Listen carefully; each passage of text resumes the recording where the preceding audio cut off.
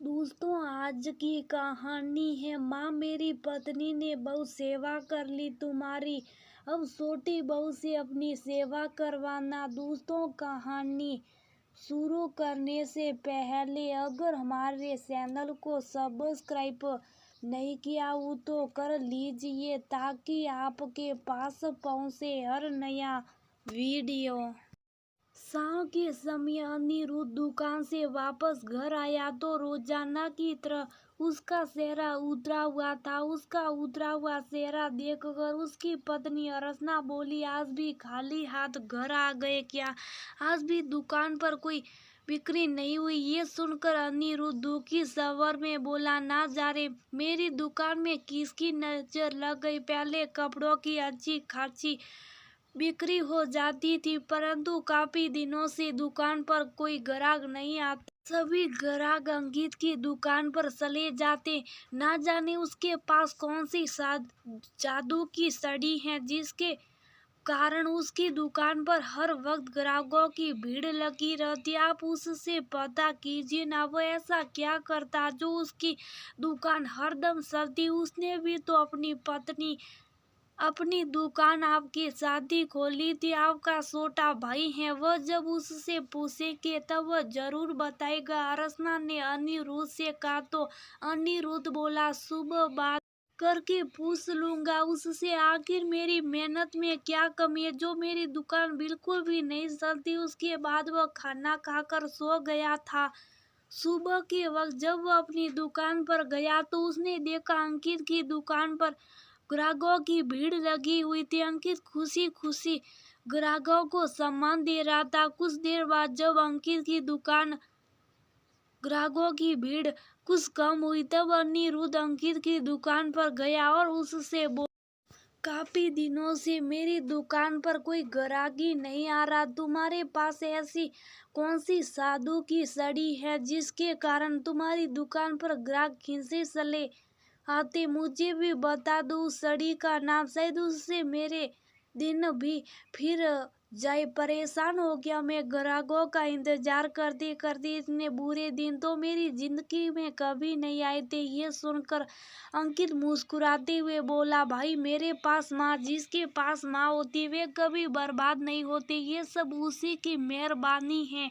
जानते वो जब तुमने पापा के जानने के बाद 1 महीने पहले घर का बंटवारा किया था, तुमने आधे घर के साथ साथ घर का सारा सामान भी आधा आधा बांट लिया था और माँ को अपने पास रखने से ये कहकर साफ साफ इनकार कर दिया था। माँ, मैं तुम्हें अपने पास नहीं रखूंगा, मेरे बस की तुम्हारी सेवा करनी नहीं है। मेरी पत्नी में बहुत सेवा कर ली तुम्हारी, अब छोटी बहू से अपनी सेवा करवाना। ये सुनकर मम्मी तब बहुत रोई थी। तब मैं मम्मी को शुभ कराकर पूरे सम्मान के साथ अपने घर लेकर आया था। मैं और मेरी पत्नी दोनों मिलकर माँ की सेवा करते। जब भी मैं दुकान पर आता हूँ माँ के पैर छूकर आता हूँ और घर जाता हूँ तभी माँ के पैर छूकर उन्हें अपने हाथों से खाना खिलाकर ही खाना खाता। ये सब उन्हीं के आशीर्वाद का फल है।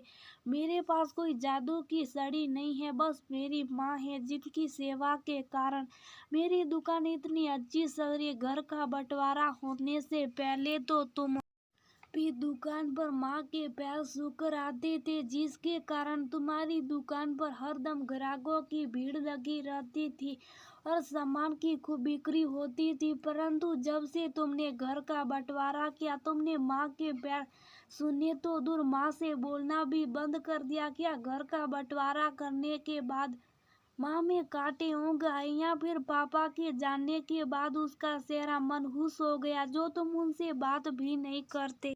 याद रखो, आज जैसा तुम माँ के साथ कर रही हो, कल को तुम्हारी संतान भी तुम्हारे साथ वैसा ही करेगी। अभी तो सिर्फ तुम्हारी दुकान ठप हुई है, कल को तुम्हारे बच्चे जब तुम्हें छोड़कर तुमसे मुंह फेर लेंगे, फिर तुम क्या करोगे?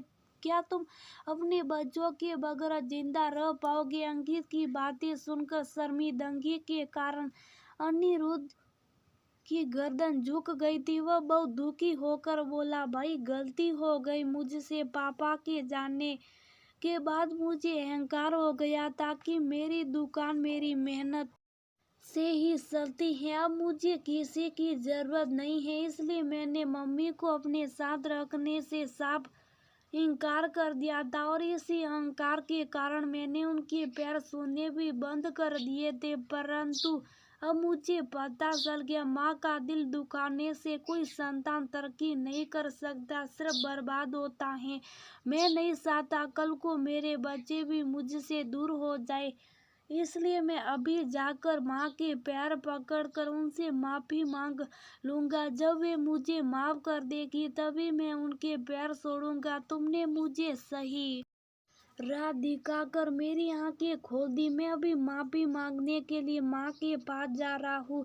शायद उनके माफ़ करने से मेरी दुकान फिर से आबाद हो जाए। ये कहकर अनिरुद्ध घर की तरफ चल दिया था। उसे जाते देखकर अंकित के चेहरे पर मुस्कान आ गई थी। देर से सही उसके भाई को अकल आ गई थी।